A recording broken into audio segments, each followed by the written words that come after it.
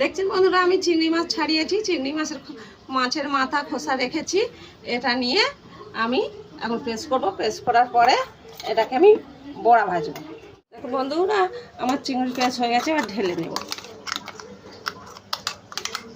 এর মধ্যে আমি পেঁয়াজ দিলাম, লঙ্কা দিলাম, লঙ্কা কুচি, নুন দিলাম হাফ চামচ, হলুদ দিলাম হাফ চামচ, লঙ্কা দিলাম হাফ চামচ।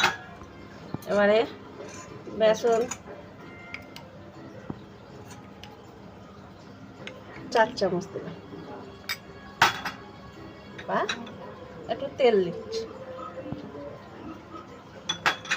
এটাকে এবার মাখাতে হবে।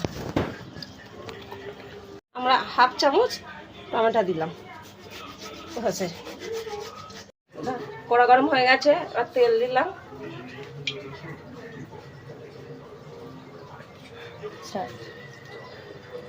দেখছেন আমার তেল গরম হয়ে গেছে। আমি এবার বড়াগুলো ভেজে নিচ্ছি।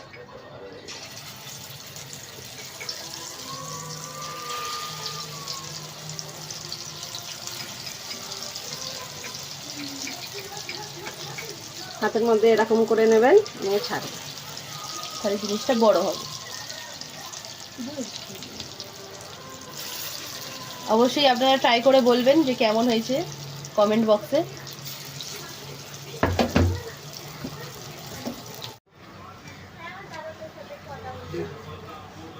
আমি উল্টে দিলাম।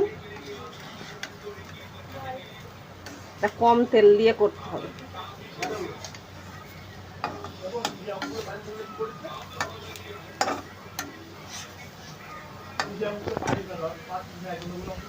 হয়ে গেছে বড়া ভাজা।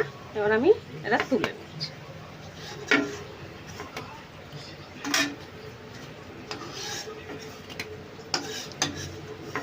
ঠিক আছে, এই দেখুন আমাদের বড়া তৈরি হয়ে গেছে। এবার আমরা খাবো।